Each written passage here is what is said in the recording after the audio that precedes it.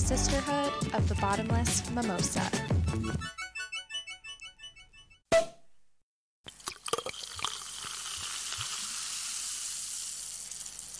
Hey friends, welcome back to the pod. This is your host Melissa, and you're listening to Mimosa Sisterhood podcast, where we celebrate the voices and stories of women, past and present. And today we have another Women's History episode, but before we get into it, I wanted to remind you guys about my new mini-sodes with Mel series. I've only launched one episode so far, but we have our second one releasing next Thursday. It's a very special episode for Mother's Day.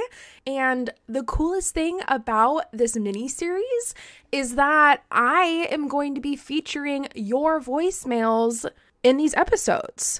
So if you're a longtime listener and a fan of the podcast, you should 1,000,000% call my podcast phone number and leave me a voicemail. You can tell me a story about a very special woman in your life that deserves a little bit of recognition, or you can just say hello, introduce yourself, and let me know how you found this podcast and why you've been enjoying it for so long.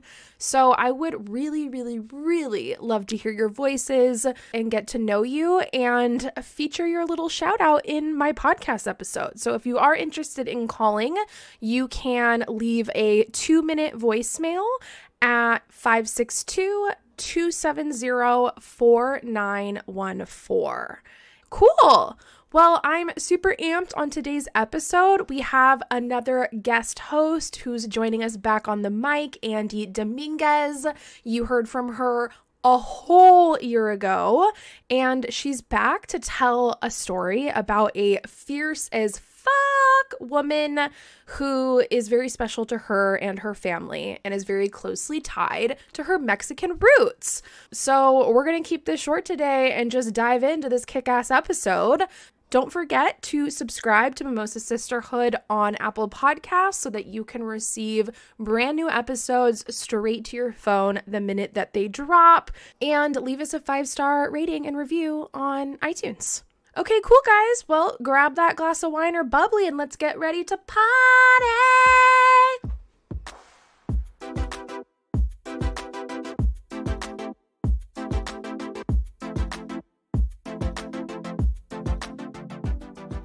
Andee, welcome back to Mimosa Sisterhood pod, tuning in all the way from the East Coast.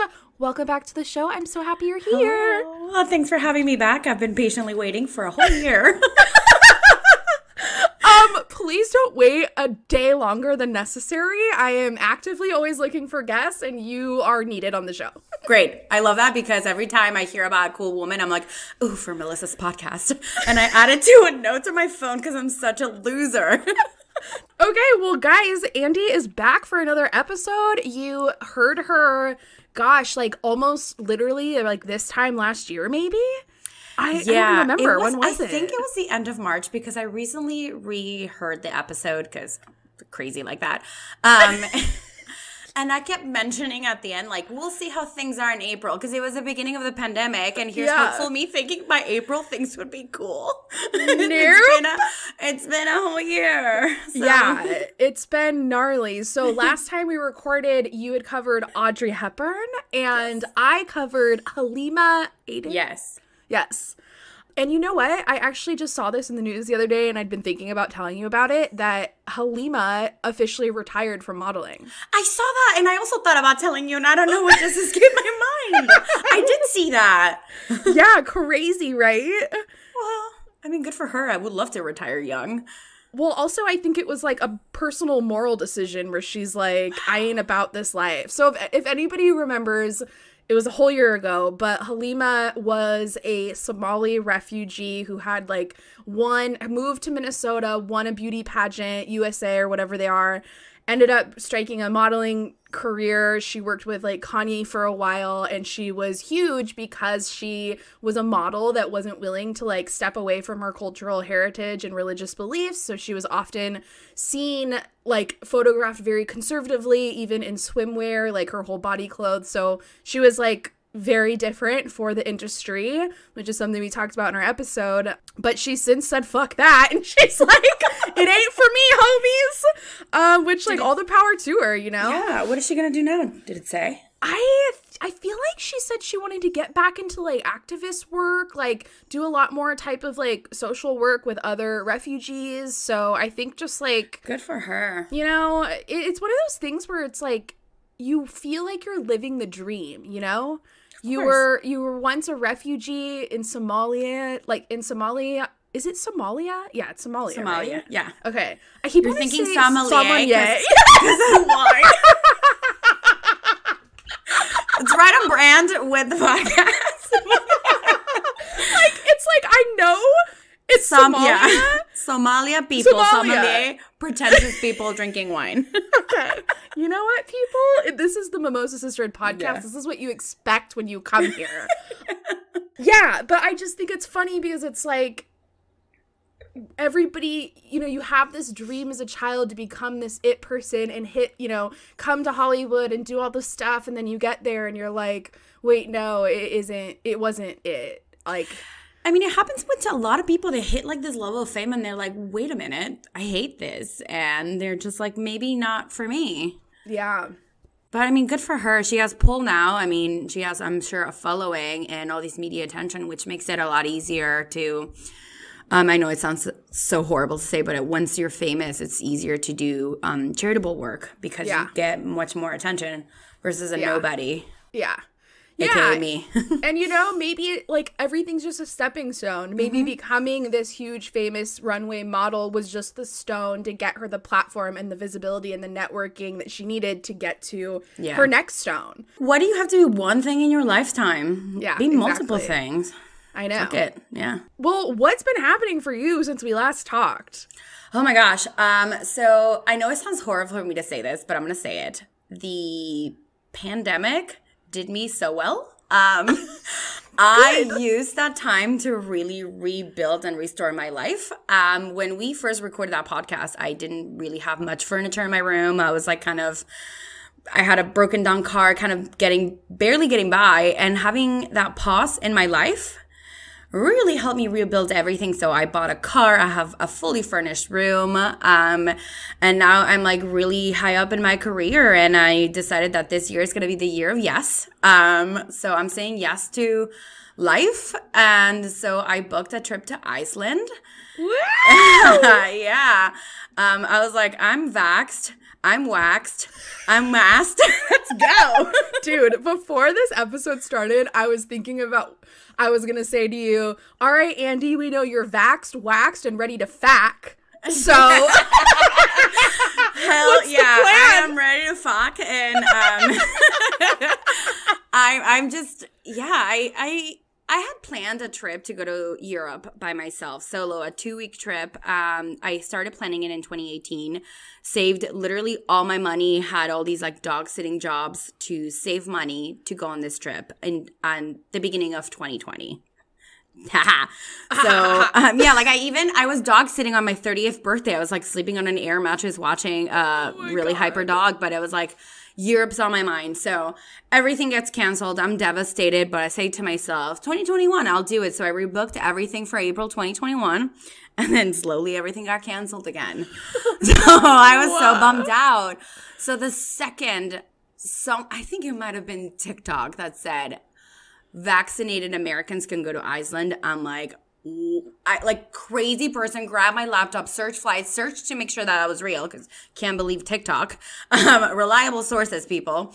So, and then I saw, yes, I was like, I got vaccinated in February. Let's fucking go. And I just said, fuck it, all the money that I had saved up for Europe, let's go to Iceland. So I'm going to do a lot of activities. I'm thinking of doing the snorkeling thing between the two tectonic plates, like 2 continents, and doing an active volcano hike and seeing black sand beaches and diamond beaches, what the hell, and hopefully make out with a cutie that's also vaccinated. Okay, so when are you going? In June, like so soon. Holy I'm going June 16th. Yeah. Are you going to go and like, don't they have those like Icelandic hot springs? Oh, yes, absolutely. I'm going to the Blue Lagoon. God. And I'm going to live my best life. Oh my God. I am so excited for this. Are you going to like the main capital? I know I can't pronounce it. It starts with an R. Yes. I had to YouTube how to say it. Yeah. I am going to stay in Reykjavik. And I'm probably going to do like a day or two of just like walking around exploring Reykjavik. But it is very expensive to exist in Iceland. So like my plan is on the days that I'm doing those long tours is surviving off of yogurt and sandwiches and maybe like treating myself to a meal or two. That's like super expensive, but totally. I mean, they're famous for hot dogs, so really, I love a hot dog, so I wouldn't mind making that my diet for the whole trip. Hell yeah. Are you staying in like hotels, hostels? No, I'm staying in a hostel. I know it's still COVID times. Yeah, so maybe true. Like a lot of partying and things won't happen. So my expectations are really there to just reconnect with nature and whoever's on the bus with me to all my magical tours. Yeah. And then maybe, just maybe, a cute, is it Nordic? Do they call them Nordic people? I think they're Nordic, yeah. Nordic, cutie patootie, some Viking roots, just tells me that he loves me. I'd be like, yes. So we'll see. Yeah, that was my dream when I was going to go to Scotland, and I was going to do like this whole 5-day hike in the Highlands of Scotland. I was going to marry somebody Scottish, and we were going to have Scottish babies, but that failed. So I'm going to give Iceland a shot. I love it. Yeah. Oh my God. So cool. I'm so excited for you. I'm so jealous. I can't wait to travel again. You're going to have the time of your life. Living your best post-pandemic life. Oh my Year of God. yes. I'm telling you, girl, just year of yes. Get the tattoo. Get the thing you want. Just live your best life. Don't question it. We were deprived of happiness for a whole entire year. Year of yes. The year of yes. I love it. Fuck yes. Last weekend I went out. I was like, year of yes. I spent like $500, but it was so fun. You know what? Seriously though, time is of the essence. We need to make up for what we lost, and nothing's promised. We know life's short, so yeah, things can change literally in a day's time. Yeah. So fuck it. Say yes. Yes, I love that. Yeah. All right. Well, hell yeah. Okay. Living our best lives over here. I love it. All right. Well, what are you drinking today? Okay, so I'm summoning spring because weather has been batshit crazy and like it was 30 degrees 2 days ago. Today's a little bit nicer, but I'm like, I need spring and summer. So Hot Girl Summer Wine, I'm drinking the Palm Rosé by Whispering Angel, which is like the rosé of all rosés. I mean, like Whispering Angel is a Beyonce of rosés. Is it really? I've never had it. Yeah, everybody loves it. And it's like the top rosé. So the Palm, we can call it Solange Knowles of rosés. I was going to say, like, you see, it's like so cute. I love it. And I love it because it's a twist top, so I don't even need an opener to get it open. Just twist that bitch open and drink it up. Yeah. It's really good. Mm-hmm. Where do we get this at? I haven't seen it at my go-tos, which are literally only World Market and Trader Joe's. Well, see, the Trader Joe's in New Jersey don't sell wine, which is a travesty. Oh, I know. I forgot. You told me this last time. Yeah. So this one I got in ShopRite, which is a supermarket, and they have like a separate ShopRite wines. I've only seen it like three times in different liquor stores. So keep an eye out. It's called The Palm by Whispering Angel. I like The Palm better. I've always said you can edit this out. It's kind of vulgar, but Whispering Angel sounds like a queef.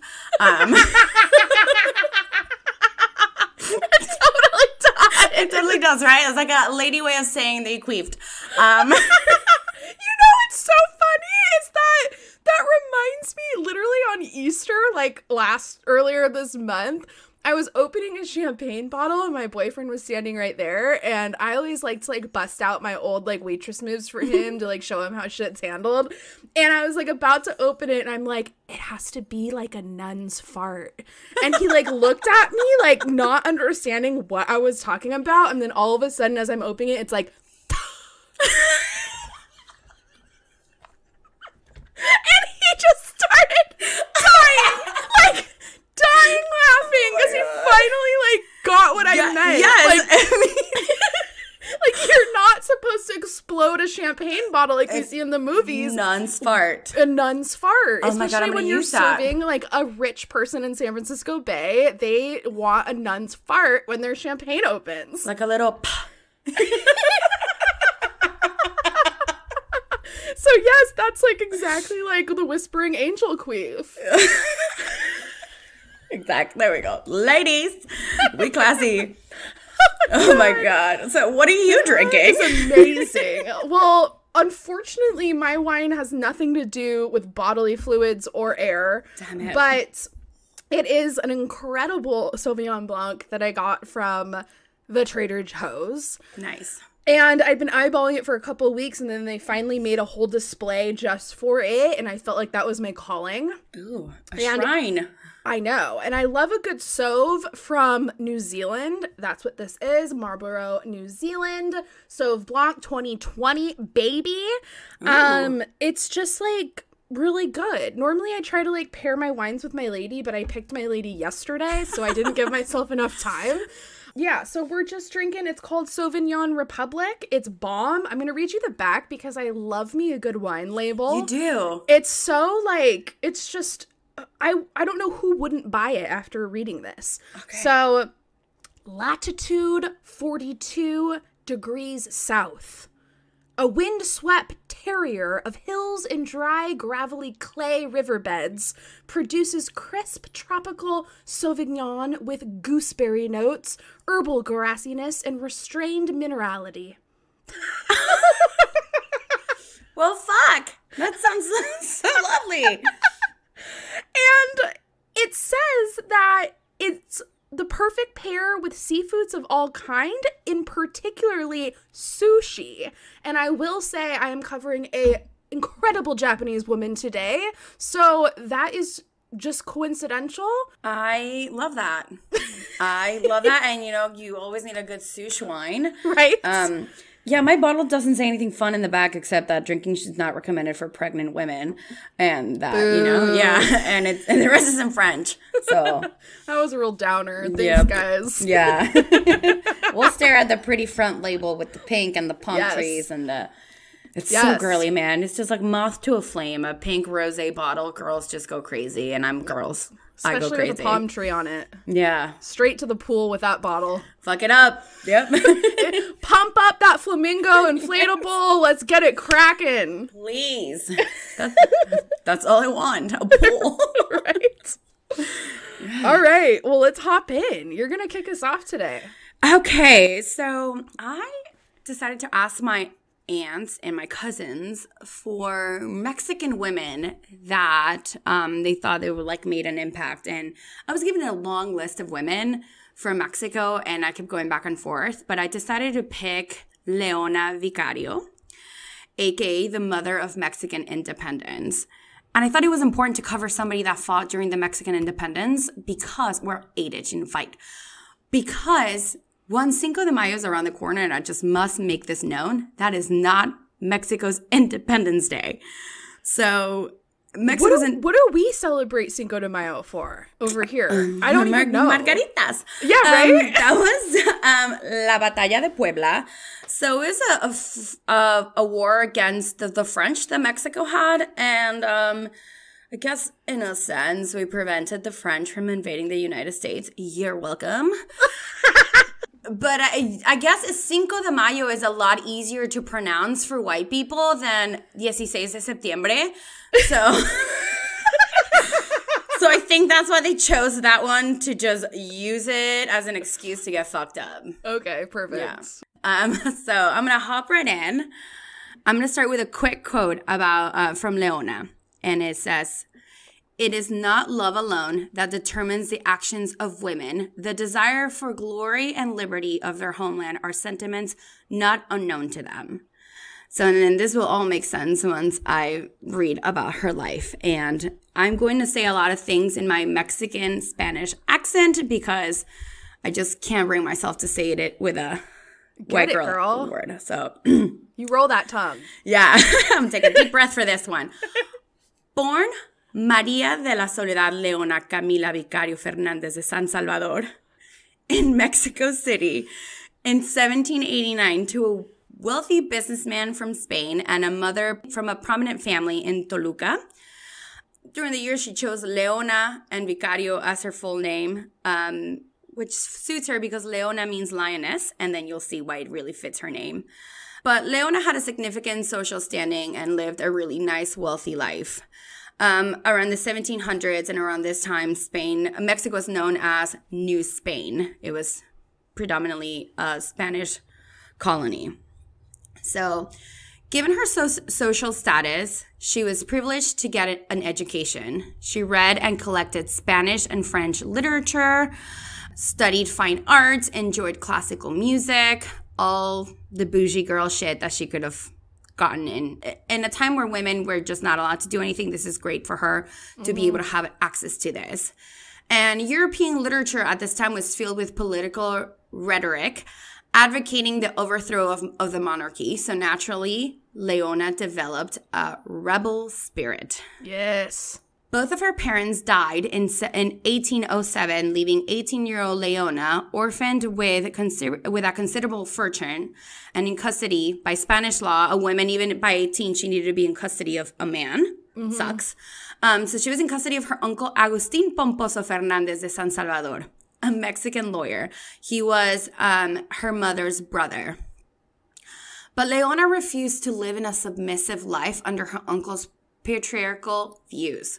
So Leona fought and brought him to court to get the right to reside in her own property. And she won against her lawyer uncle. So he was not very good lawyer. Yeah. So it was very, like, people were whispering about this, like it was chaotic for her to live on her own. But she fought and she won the right and she won the court battle.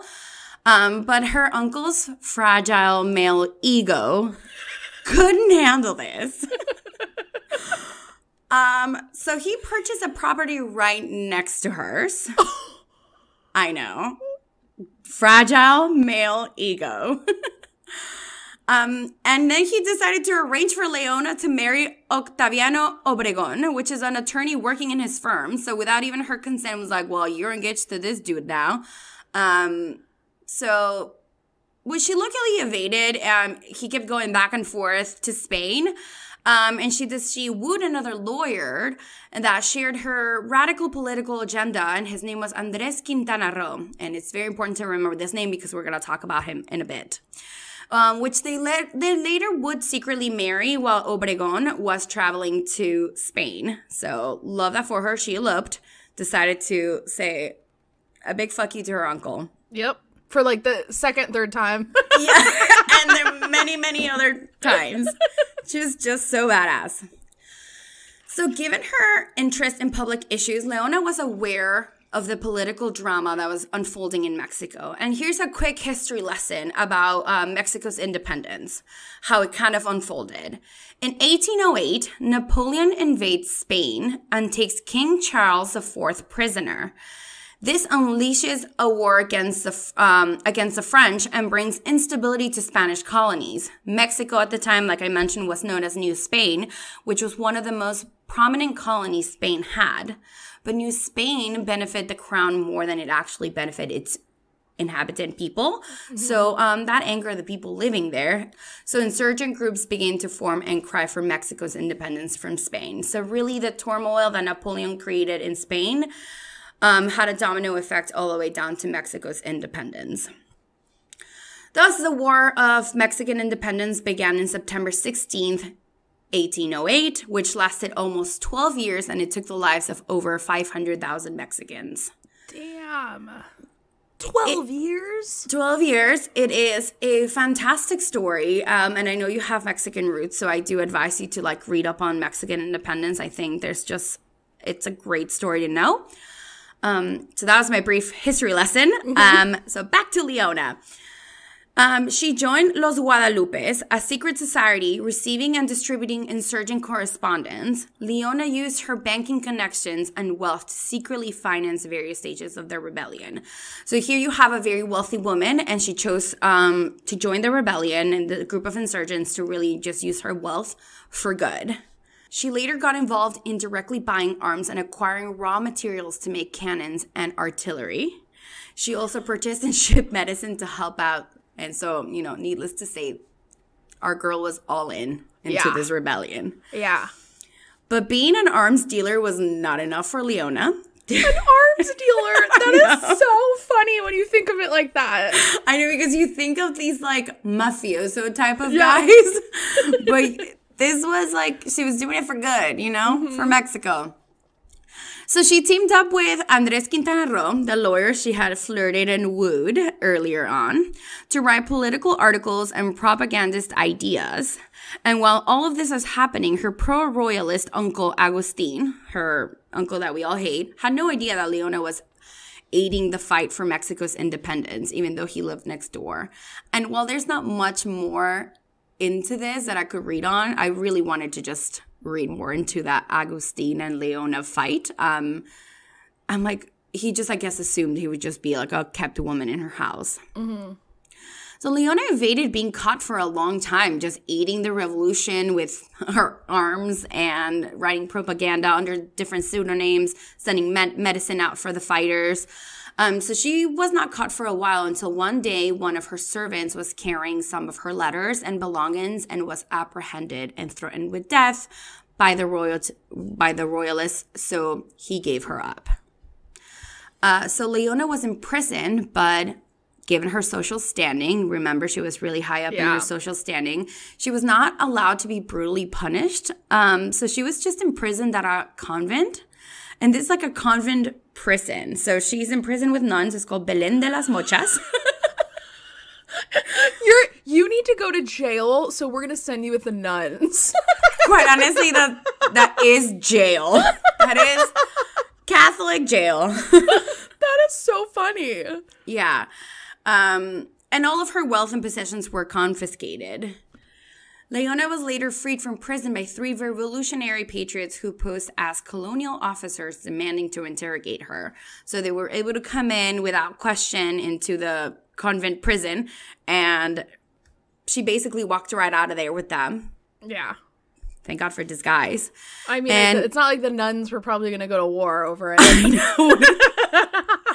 I need to read more into this convent prison. I'm like, did anybody have a gun? Like, right?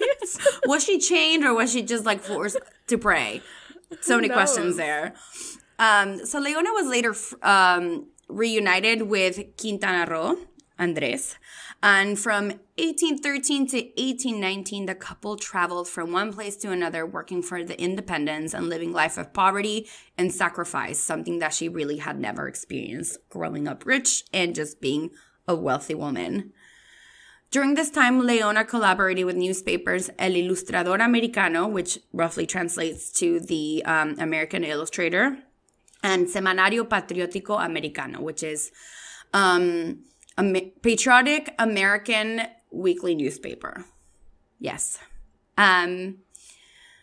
Sometime into this, Leona and Andres were arrested, but they were granted amnesty from the Spanish royalists once again because privilege was on their side. Mm-hmm. And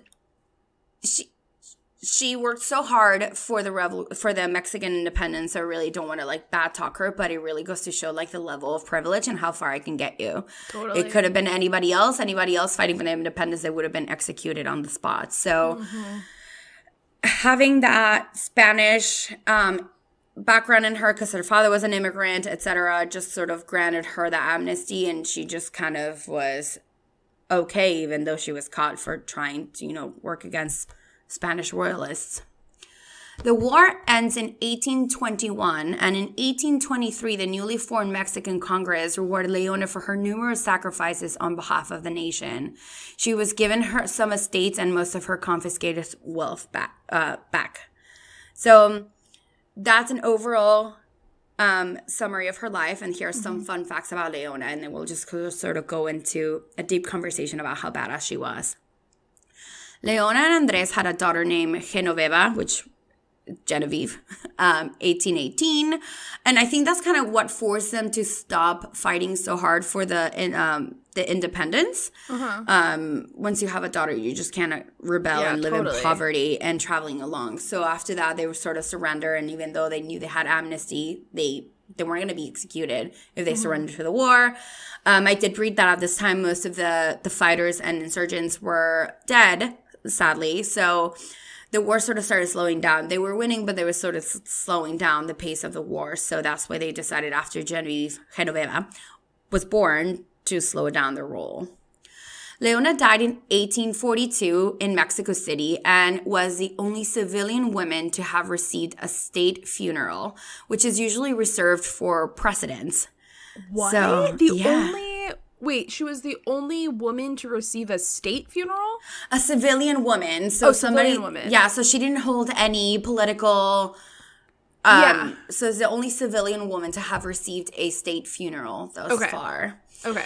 In 1910, Leona Vicario and Josefa Ortiz de Dominguez, which I considered covering, were the first women to be depicted on Mexican stamps and only the second women to be depicted in Latin American stamps. So as you see, it's like only male here. Leona also appears in the 5 peso coin, surrounded by the words Bicentenario de la Independencia, so Bicentennial of Independence. So this came out around 2010. For the Bicentennial of the Independence, they decided to add her face to it. And while this is all amazing on how she's considered the mother of independence, Andres Quintana Roo, her husband, had a whole ass state named after him. She got a 5 peso coin 200 years after all of her work. And her husband had a whole ass state named after him. And the state of Quintana Roo is where you Americans love the most. Cancun is. Yeah. So in a way, I was like, wow, Mexico really honors the colonial women that fought for independence and really helped shape the country the way that it is. But it honors them as women, you know? And it is better than in the United States. I feel the United States leaves the women out of history overall together. And in the recent years, thanks to podcasts like yours and movies, etc., we're starting to see more unknown history where women had involvement in the shaping of a country for many years. Yeah. So it is great that she is being honored in her coin. But she didn't get a state. Her coin. So wait, so she's still visible on the coin today? Yes, and there's many, like, where she's buried and everything. There's, like, a lot of things named after her in Mexico. So she really is honored for all of her work. Same as Josefa Ortiz de Dominguez, no relation to me, even though we have similar last names. I was like, Mom, is she my aunt? My mom's like, you're so stupid. I had to know. You had to ask. Yeah, you needed to know. Yeah. So Leona's commitment to change demonstrates how one woman can have a huge difference in history. Everything that she did during the time in which women, even women of high status, were extremely opposed, shows her level of character. She could have lived a comfortable, rich girl life and really not married that lawyer dude and just sort of bow down to her uncle. But she decided to rise against it all and really fight for the independence of Mexico. And she understood that the people deserve better than whatever the royal crown was given them. So hence Leona, lioness, really fits her name. Yeah, totally. And she really just had an impact in Mexico. You know, her and many other women just had a huge impact in Mexico. So there were a lot of details in her life, but also not. So I really wish I could give you a more intimate look into her life. But the basics were she was an arms dealer. Her wealth really, she said, this isn't privileged. I am privileged enough to give this for the fight against Spain. Yeah. And she was willing to give it all up just to see freedom in Mexico, which is more than I could ever do. Totally. Yeah. Well, and you know, too, is that, like, in terms of, like, Mexico not having freedom, like, she was probably on, like, the outskirts of, like, that hardship, you know, where because of her privilege and status, life probably wasn't as horrific for her as it was for surrounding people. But just knowing in general, like, this is my home and these are my people and I don't want to see, you know, shit hit the fan. Right. She was willing to use her privilege to do what she could to prevent that from happening or change it or improve it. And I mean, look at America right now. There are a lot of people with fucking privilege that will turn a blind eye to any of the hardship that's happening. It's easier, right? Like it's... Well, and I think a lot of people just don't care. I think there has to be a part of you as a human being to care about other people. Like, that's like step one. Do you even care about anybody other than yourself? And the fact that she had like a privilege to learn how to read and write and have an education and really start reading about the monarchies being overthrown, she realized like we don't have to be submissive to the crown. Like, this is Mexican land. There's more Mexican people here than actual Spaniards. Like, let's fucking take the country as it is and just roll with it, especially after, you know, Cortez and, you know, and its people came and sort of destroyed the Aztec Empire and the Mayan Empire. So I think it was really brave of her to say, give it all up, to even fight her uncle and go against him, to just live on her own and not want to live under his rule. Yeah. Because the law said so. And, like, again, you know, when we hear stories about women like this, we're talking about, like, the 1800s. Yeah. Like, it's not 2020 where women can fight the streets topless and, you know, scream and yell in their bullhorns. Like, this is a totally different time period where it is not at all normal, respectable, expected for women to even express that much opposition to like the whatever's happening in like the government or the war. Like, that's very unheard of and usually a massive risk. Like, you are then thought of as a threat. Like, people want to come at you and shut you down for having that kind of even passion to even want to make change. Yeah. I mean, she was also in her 20s. Like, it's crazy to think because she was so young and she just decided to risk it all. And I wonder if she knew that because of her status and wealth, that she knew she couldn't be killed by risking it all. But, I mean, who's to stop one rebel from shooting you, right? Like, some psychopath. So I think her life is admirable, and I'm going to read over her quote one more time now that we know more about her, and just to sort of make sure, like, understand that it is not love alone that determines the actions of women. The desire for the glory and liberty of their homelands are sentiments not unknown to them. Yep. I think it's a great quote because I think we sort of tend to put patriotism with men and not women. And so I think women could be patriotic and have that same sense of patriotism and protect the land. In many countries in history, you can see patriotism is just men fighting for the land. And she said, not just men. I'm not just here because of love. Like, I have glory and I want liberty, and that's why I'm going to fight for my country. Mm-hmm. Yeah, so that's Leona Vicario. Full name, María de la Soledad Leona Camila Vicario Fernández de San Salvador. Rolls off the tongue just swimmingly. And that's what you get when you're Mexican and Catholic. How many names is it? Let's see. 1, 2, 3, 4. So 4 first names, and then you got all the last names. 1, 2, 3. Yeah. So isn't it usually like you adopt the names of like grandmothers on grandmothers on grandmothers, or how does that work? So yeah, sometimes. Also, like, Maria is just like. So my mom, she's gonna kill me when she hears this. My mom is Gabriela de la Luz. So she's Gabriela of the light, and that just sort of gives you that, and the like very Catholic name that you give like an of the as a first name. Maria de la Soledad here means Maria of Solitude, which is horrible, but there we go. You add.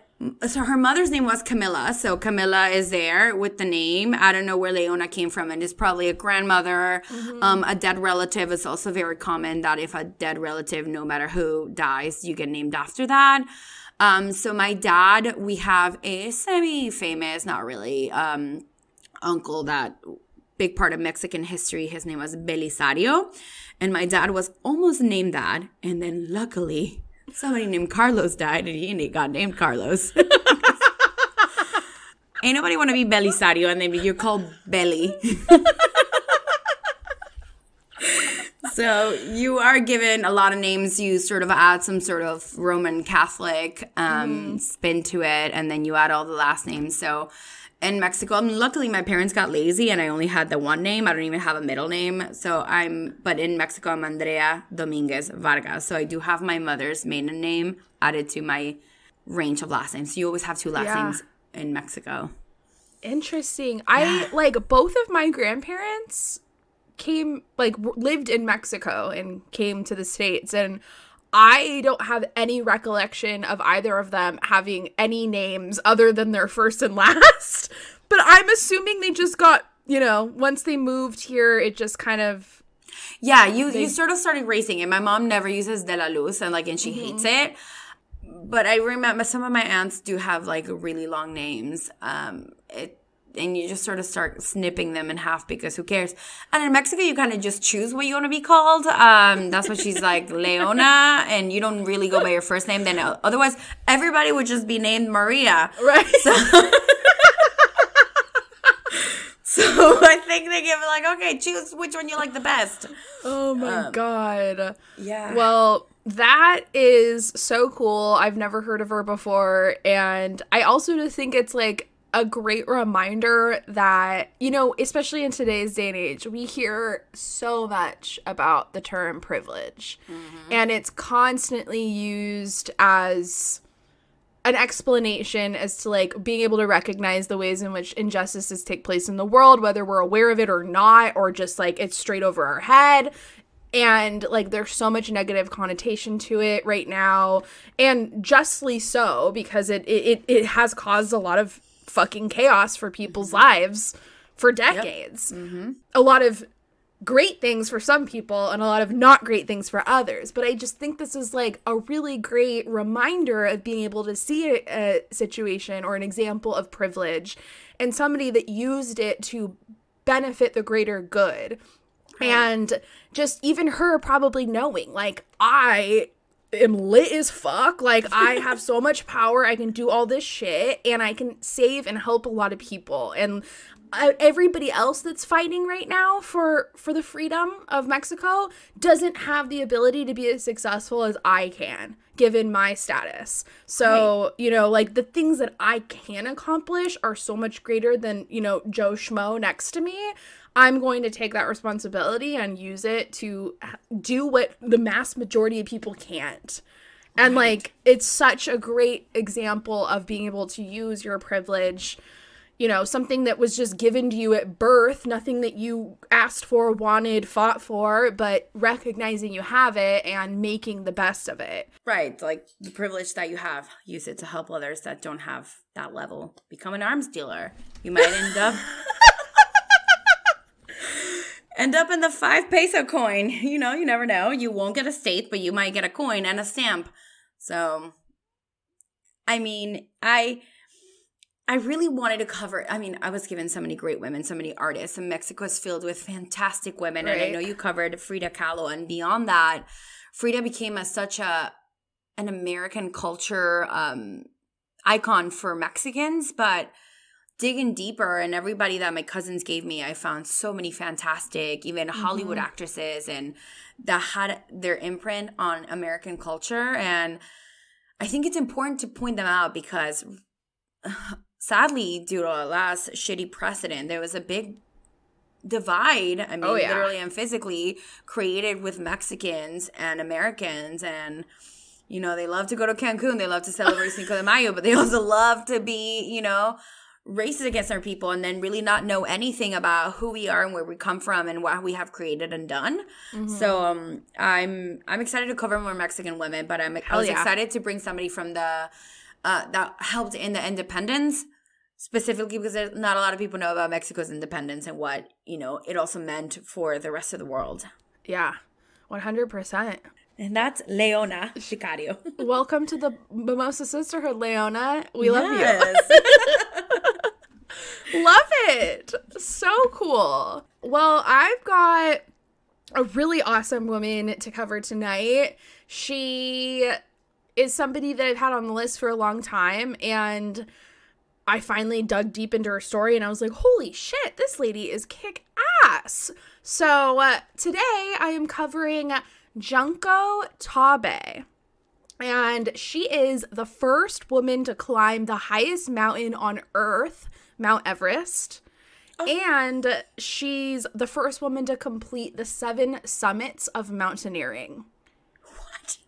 So I'll explain more what that is in her story. You just said Everest, and I'm like, badass. Yeah. First woman to climb Mount Everest.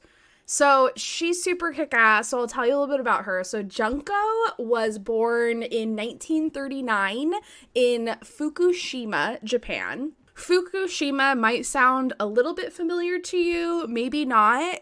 If it does sound familiar to anybody listening, it's probably because in 2011, there was a huge earthquake that caused a massive tsunami that basically wiped out Fukushima. Yes, it was so tragic. It's bone-chilling. I know. And I actually, that's something that kind of clicked to me. I'm like, I don't know. I mean, let's be real. I do not know, like, all the areas of Japan. When I read Come on, Melissa. I was like, wait, it kind of, like, clicked, you know? So that's probably why. And she was alive when that happened. So we'll talk a little bit more about that later. So Junko was considered a frail child when she was a kid, but nevertheless, she began mountain climbing at the age of 10, and she got introduced to it through her class. They would go on like climbing trips to Mount Nasu in Japan. I mean, we sure as fuck aren't mountain climbing when we're kids in the United States. Than fucking gym. I used to get basketballs to the face all the time. Right? Yeah. We're having to like play hopscotch on the asphalt. But yeah, she's going mountain climbing with her school. So that's pretty cool. And she really loved it. She loved that it was like a non-competitive sport. And she loved that she had the ability to be outside in nature with these like incredible views of the landscape. And she also loved the feeling of like reaching the top, you know, getting to that highest peak and being like, I accomplished this huge thing. So she was instantly passionate about it, but her family did not have a lot of money, and this was considered like an expensive hobby. There were a lot of like materials you had to buy, ropes, you know, those little caribou metal things, like picks, like all kinds of shit. And it just wasn't something that the family was like able to fund at that time. So she was only really able to climb during her school years when it was offered through like a school program. And another important thing to note, a lot of the children in Junko's hometown did not attend school after middle school. So they'd often do middle school, quit, and either go on to just like be working full time or start families. In middle school? Yes. Families. Like, I guess, or at least like being paired up with people, not totally sure. Yeah, because I was like, I got my period in middle school, like I could make a baby. Yeah, that's crazy. Yeah, so I don't know if there was like, I mean, who knows if sex was actually involved or if it was more of the families, you know, arranging potential family. Right, like prepping to be a wife. Yeah, so it was very uncommon that one would go on, even men and women, to go on after middle school, but her father was super against that. He wanted all of his children to be really highly educated, so he did what he could to continue their education as long as he could. So she went on to high school, and then she even went on to college, and she attended Showa Women's University in Tokyo, where she studied English and American literature. She had never been in a big city before. So Tokyo, she was like, holy fuck.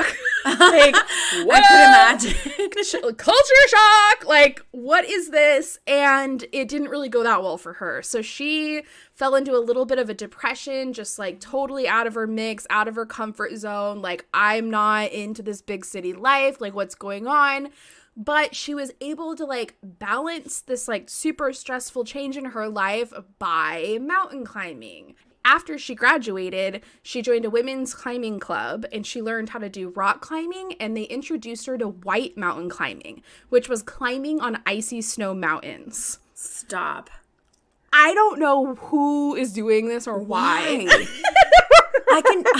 Why? I can barely go down the steps of my apartment when it's icy and snow. It's so hard to exist within ice. Yeah, she's out there now learning how to climb icy mountains. And so she loved it. And then after she was working with this women's club for a while, she ended up joining a few different male clubs. And they weren't happy to have her there. Of course. So also remember, we're in like probably the 50s right now. She was born in 1939. She's probably around 20. So we're at like some point in the 50s, maybe early 60s. And the men were like not having it. And so she received a lot of backlash for being there, wanting to be there, having interest in the sport.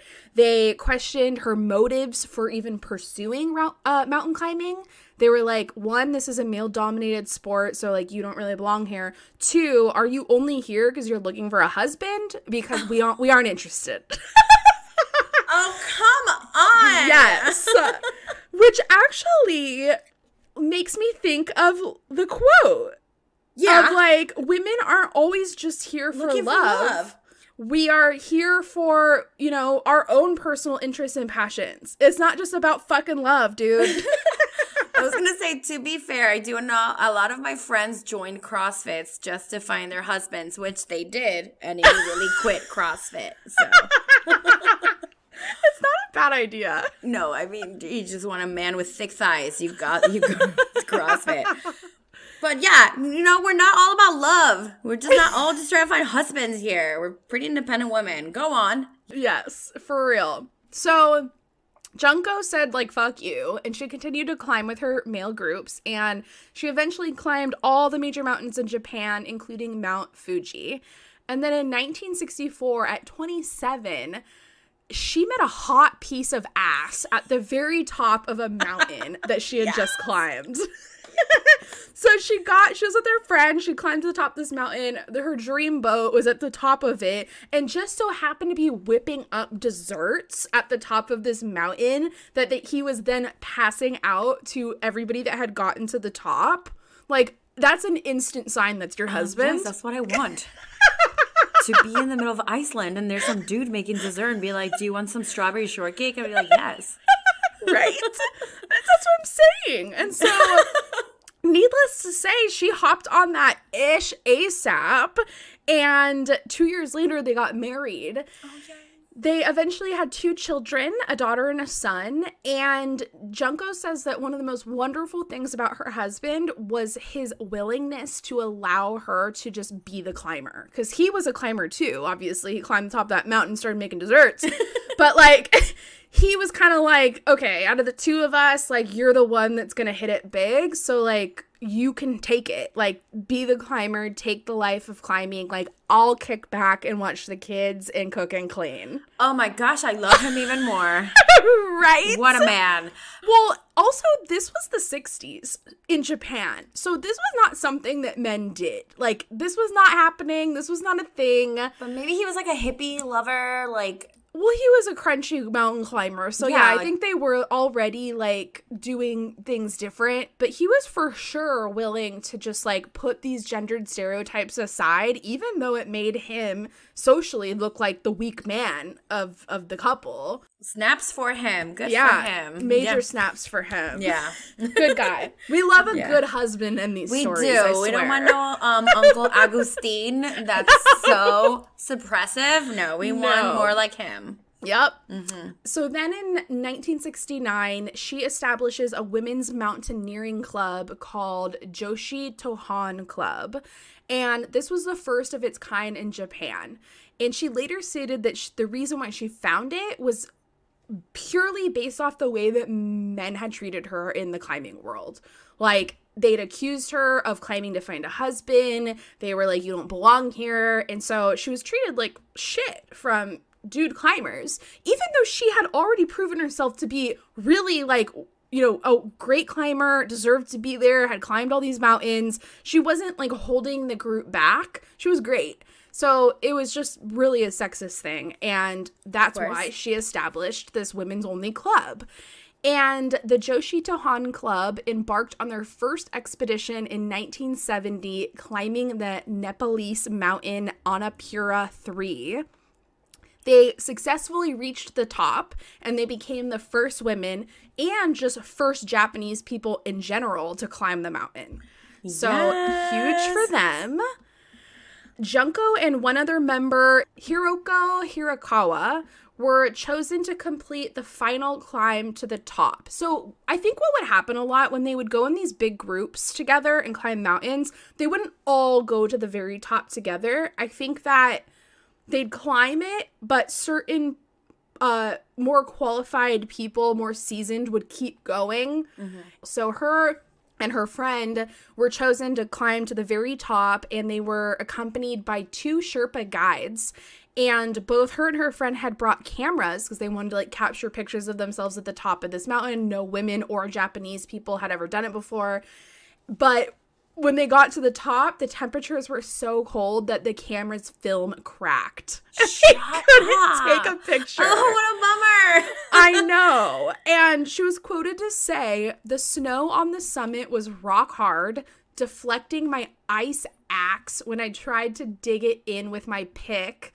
Every movement was slowly executed. I placed my pack down and peeled off my overmitts. The wind jabbed at my hands like needles." Not no words. Like, I just want to instantly get in a hot tub. Yeah, that sounds so brutal. Here I am complaining about New Jersey winters.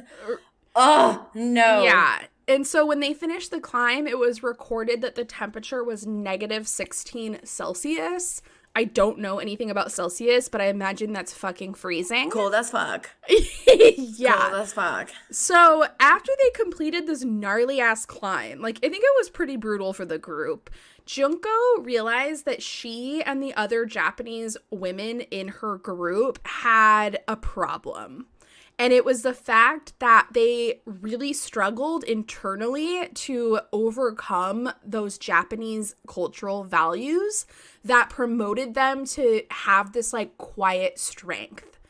So they, like, just in the culture in general, I think it was, like, frowned upon to be a person that asked a lot of questions, that needed a lot of help. I think you were expected to, like, not be a burden, so to speak, to other people. And so you were to just, like, be quiet, be silent, listen to your instructions, and just do it. And if you had issues or problems, you kept it to yourself and just prayed for the best. Oh, no. Which, like, doesn't work when you're hanging off an ice mountain by a pick. Yeah. Like, you're gonna die. You know what I mean? And so after that trip, it became really apparent that, like, a lot of the women in the group were keeping quiet in order to, like, present themselves as stoic. And that's just the way it was. And so basically, like, they had to, like, crack it in and be like, listen, homies, like, we're all gonna die out here if we're prioritizing, like, our cultural speak up representation over, like, our lives. So y'all are gonna have to, like, figure out your personal limits, ask for help when needed, like, communicate if, like, you're not doing well. Like, we need to, like, know Yes. what's going on. We're climbing mountains here. Cultural or, like, death. Yeah. I mean, at this point, like, fuck the rules and ask for Yeah. help. You're going to die. Yeah. And so, like, this was kind of a big moment for them because, again, this is the 60s. It's Japan. These are a group of women mountain climbing, which is not normal. And so it was a big moment for them just as women to realize that, like, we're going completely against the grain here and we need to, like, fully soak that in. Mm-hmm. So, you know what? Like, everything you've been taught in your life needs to be kind of thrown out the window, and we need to just own our individual selves and be who we are and ask for help and climb this mountain because, like, everything else doesn't fucking matter. So after they conquered that mountain, they then decided that they were going to tackle Mount Everest. Like, also, only 37 people had attempted Mount Everest at this time period. And they were going to pursue that after having only done one mountain together. So like that was a huge jump that they were making, and really ballsy for this group. Yeah, considering that people die when they climb Mount Everest. Yeah, 100%. And so they were like, whatever, we're going to do it. And they ended up creating like their own team. I think within this club of women, they then like did like a smaller tiered team that was going to go to Mount Everest. And they called it the Japanese Women's Everest Expedition. It contained 15 members, and most of them were working women who came from like a range of professions. And then 2 of them were mothers, including Junko. And so you have to like apply for a climbing permit. So they applied in 1971, but the Nepalese government was like, how about you guys go like climb this other mountain? Like that's better suited for you. Go to the kiddie pool. Yes. And they were like, fuck you. No, we're going to climb Mount Everest. Like that's what we want to climb. But they didn't, like, the Nepalese government, like, didn't want them to do it. Like, particularly because they were just a group of women. They were like, you don't need to be climbing Mount Everest. Like, get the hell out of here. So they kept, like, not approving this permit for no reason other than we don't think you should do it. And, like, it wasn't like they were like, oh, we're going to sign up for mountain climbing for the first time today. Like, these were a group of women that had been doing this for, like, the past 10 years of their lives. So they had they were more than qualified to climb this mountain. But it just kept getting pushed, and they kept pushing it, and they kept pushing it. It took 4 years for them to get their permit approved to climb Mount Everest. And it's almost like the Nepalese government was like, if we just keep pushing it out, they'll get over it and they'll move on. They never did. Holy shit. Yeah. So 4 years later, they finally get their fucking permit approved to climb Mount Everest. And Junko needed sponsors for this expedition. So she was reaching out to like a lot of different companies to help sponsor their group from like, you know, they have to camp while they do this mountain. So they have to like get camping supplies, food, like all the hardware, all the equipment. Like there's usually camera people there to like film it. So it takes like a lot of money to like put on a thing like this for that many people. So they need sponsors. But all the people she was reaching out to were telling her things like, shouldn't you guys be raising children? Oh, like, God. What are you doing trying to climb this mountain? So just getting a lot of pushback, but she eventually did find last minute funding from a newspaper and a television company. But there was still 1 million yen that was needed to cover like their trip, but in the US dollars that's like only about $5,000. Oh, it's still a lot of money to climb a mountain. Still a lot of money. So Junko raised the money herself. She taught piano lessons to save money for this $5,000 that they needed. She also saved money by making a lot of her own equipment from scratch. So she made her own waterproof gloves out of the cover of her car, and she sewed trousers from old curtains. So like a lot of like that money they needed to raise, she ended up just like making things herself so that they didn't have to get that extra money. Crazy. And then after a long training period, so they still trained for like, I don't even know how long, like 9 months or something before they were like, okay, we're ready to do this now. They finally made the expedition in May 1975. The group attracted a lot of media attention because, again, they were 15 women who were climbing Mount Everest and had only been climbed 37 times, and everybody felt like they needed to be home raising their kids and having families. So it caused a lot of like uproar. So when they started the trek, they had journalists with them, a television camera crew, and 6 Sherpa guides that like assisted them along like different parts of this climb. And then on May 4th, the team was camping at 20,000 feet when an avalanche struck their camp. Junko and 4 of her fellow climbers were buried under the snow. She lost consciousness until a Sherpa guide dug her out, And luckily, there were no casualties, but they were bruised and injured by the incident. And Junko could barely walk, and she was forced to spend the next 2 days recovering. But as soon as she was able to, she was up and at it again, and she resumed the expedition and continued to lead her team up the mountain. They'd literally been buried by an avalanche. I would be like, guys, it's a sign. Let's turn around. She got dug out by a Sherpa. Like, that's nuts. So, although the team had originally planned to send 2 women up to the peak of Everest, accompanied by at least one Sherpa, there was numerous bouts of altitude sickness, which meant that the team's Sherpa could only carry the number of oxygen bottles required to accommodate 2 climbers. But so that meant that only one woman could continue, because the Sherpa and one other person, so only 2 oxygen tanks. Which, like, the fact that they even need oxygen tanks to climb this fucking mountain, like, I'm sorry, I'm not doing this. What is a need? What is a need to do this? And so, after much discussion, Junko was nominated to complete the climb. And it took her 6 hours to get to the highest peak after she left her group.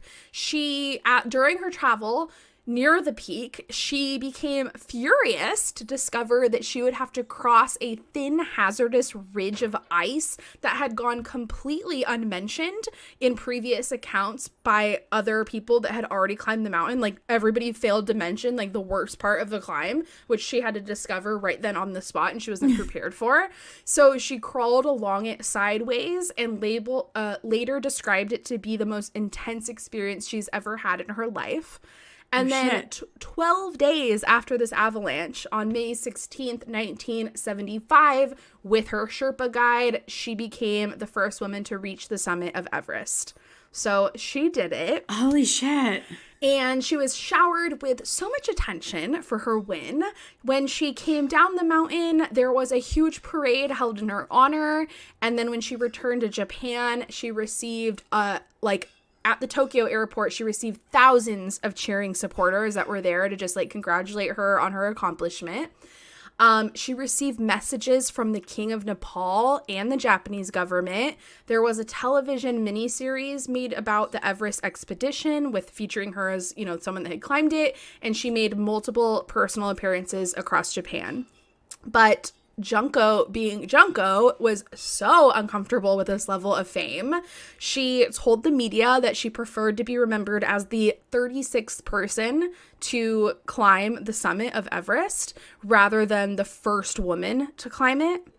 So she was both of those things, but she didn't want it to be the first woman that climbed Everest. She didn't like that kind of attention, fame's not for everybody. Yeah, she was so, like, uncomfortable about it. But I also feel like that goes back to these cultural Japanese norms of, like, being quiet, being humble, not asking for, like, attention, not burdening people, not being the center stage kind of thing. Yeah.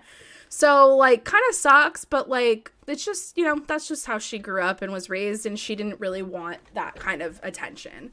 And so, she later goes on to climb the highest mountain on each continent, which was referred to as the 7 summits. So, she climbed Kilimanjaro. Yes, Kilimanjaro. There we go. I'm going to say all of these wrong. I don't know why I know that, but I know that. She climbed Kilimanjaro in Africa, Mount Aconcagua in South America. She climbed Denali in North America, Mount Elbrus in Europe, Mount Vinson in Antarctica, and Puncak Jaya in Indonesia, and Cartesian's Pyramid in Australia. Upon her successful climb of Puncak Jaya, she became the first woman to complete the 7 Summits Challenge. Oh my God. I didn't even know that was a thing. Yes, she did it. First woman to climb all of those mountains, which are the highest mountains on each continent. Good for Isn't her. that fucking crazy? That's crazy. Yeah. Totally crazy. How old was she at the time? Like in her 30s, maybe? Or like, I think the older. first one that she did was 1980. So she would have been, 41. So, yeah, not very old. 41 years old. I mean, killing it. I got tired walking a mile to dump trash. So. Yeah, this lady is not fucking around. Good for her. By 2005, she had taken part in 44 all-female mountaineering expeditions around the world. She had a personal goal of climbing the highest mountain in every country in the world. And by the end of her lifetime, she had completed at least 70 of these mountains. So that's fucking a lot. 70 mountains. Give me a break. She never accepted corporate sponsorship after Mount Everest. Wow. She insisted on remaining financially independent of all of her climbs. So she saved money to fund her expeditions by making paid public appearances, guiding mountain climber tours, and tutoring local children in music and English. Which is, again, I think goes back to that same thing of, like, I don't want to accept, like, money from people, like, just this, like, constant humbleness of, it's like, no, I don't deserve, like, you know, I don't deserve help. Humbling. I think that's, like, what it is. Yeah. It's like, get your money, lady. Are you kidding me? Get paid. You don't have to work. Yeah.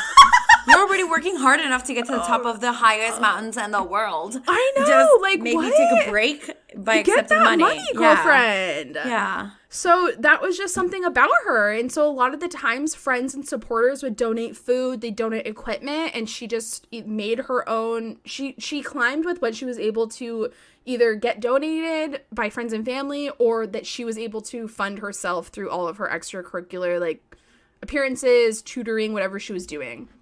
And then she also became really passionate about ecological concerns. So in the year 2000, she completed her postgraduate studies at Kyushu University, and she was focusing on environmental degradation of Everest, which was caused by waste left behind by climbing groups, which apparently is a fucked up thing that is very common.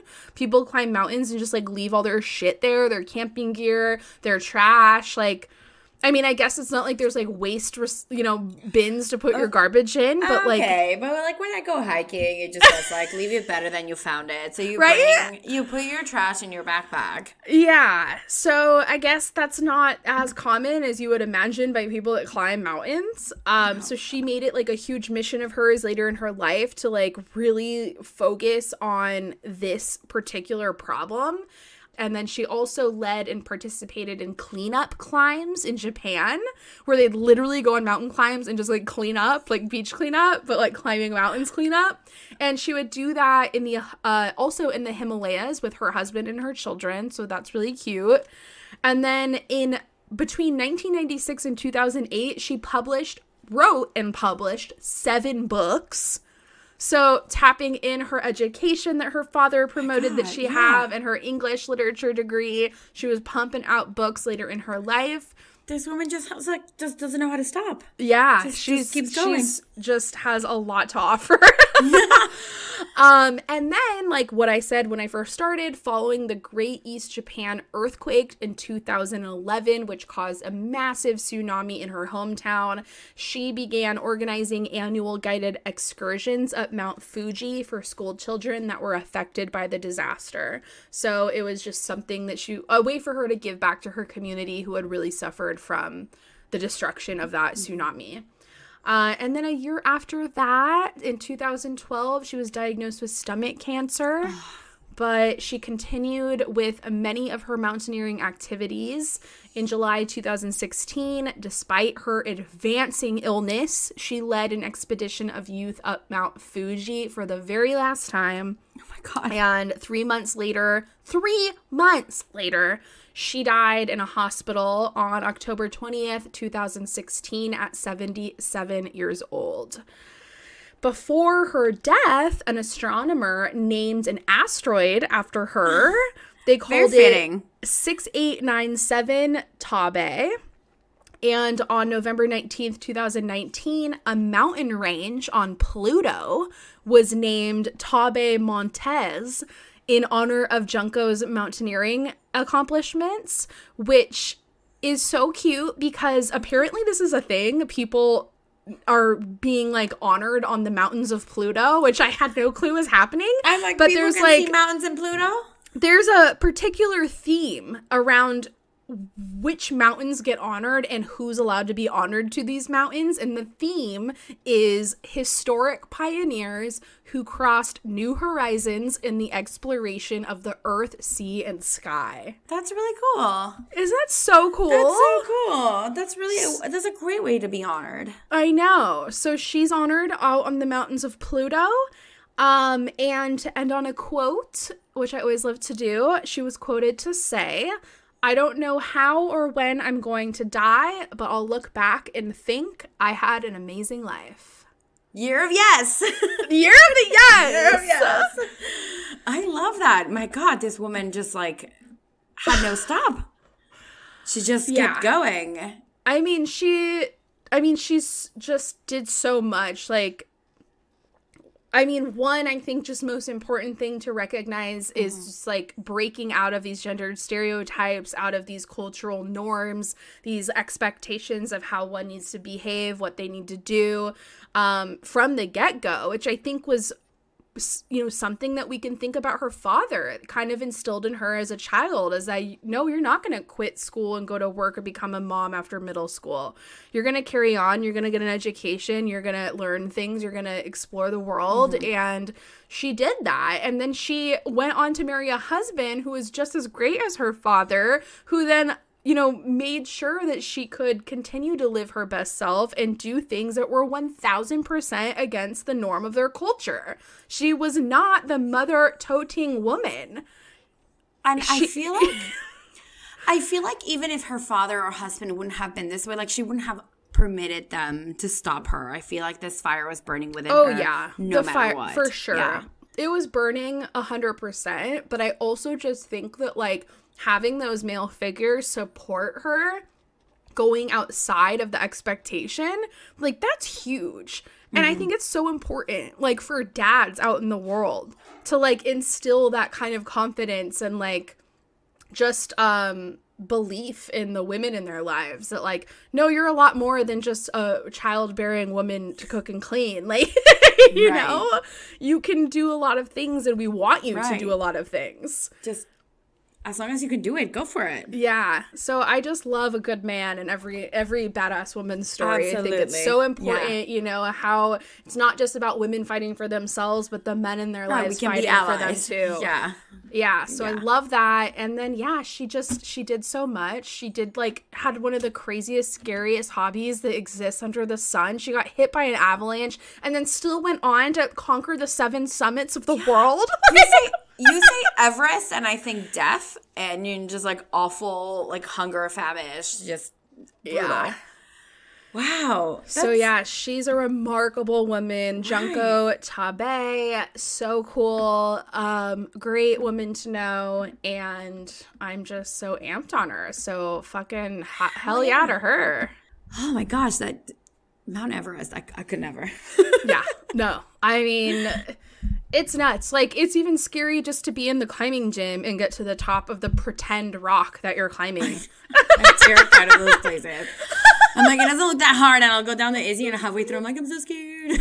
Yeah, it's pretty gnarly. Yeah. But what badass women for today's show. Women, yeah. Fierce in their own ways. I love it. Absolutely. And they're so different, but so badass in their own way. Yeah. Well, cheers. I love this. Cheers. I know I just almost down on my wine.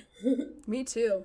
We had a good episode. It was pretty fucking good. I enjoyed myself. I had a good time today. I love that you enjoyed yourself.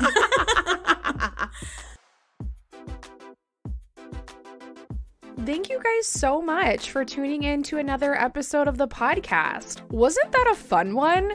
I swear to God, Andee and I were cracking up throughout the entire episode, and I freaking love that because the funniest thing is that her and I have literally only met each other one time in our lives, and that was probably 7 years ago. And that is the definition of sisterhood right there. Boom! And on that same note, is there a woman in your life that you think would either love this particular episode or maybe just love the Mimosa Sisterhood podcast in general? If so, open up Apple Podcasts or Spotify and text them the link to this podcast right now. Sharing is literally caring. It is the best, cheapest, and kindest way that you can show your support to me and to this podcast. And it's what will help keep us alive, help continue our growth, and help us reach people out there that don't know that we exist but have been dying to find a podcast exactly like ours. So yeah, help your homie out, help your sisters out. Let's do this. All right, guys, thank you so much for tuning into another episode. I love you all so much, and I'll see you next week. Bye.